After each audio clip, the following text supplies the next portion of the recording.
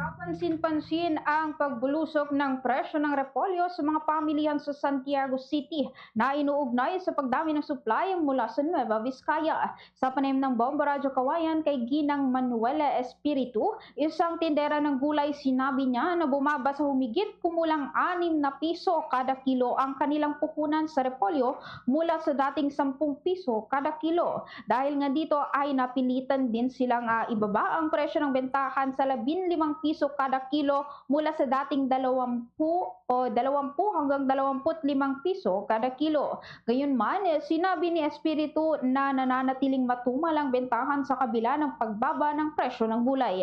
Dagdag pa niya, lalo pang pinahihirapan ang mga nagtitinda ng matinding init ng panahon at nagpapabilis sa pagkasira at pagkalanta ng repolyo na nagreresulta sa pagliit ng halaga at kakayahang maibenta ng kanilang mga paninda. Ibinahagi rin ni Ginang Espiritu na bagamat naibenta naman nila ang kanilang mga paninda sa loob ng maghapon, patuloy na nababawasan ang kanilang kita dahil sa mataas ng gastos sa transportasyon.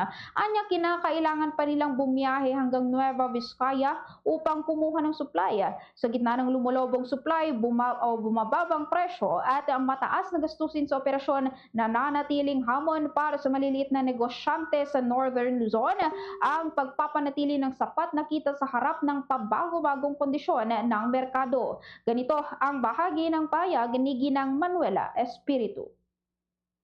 Ngayon ang repolyo mababa. Ang kuha namin ngayon, nasa 6-8 ganyan. Okay, tapos ang presyo po ngayon? 15 lang ang benta namin. Magkano po ba dati ang presyo? Dati umaabot. Yung kuha namin 15 ganyan.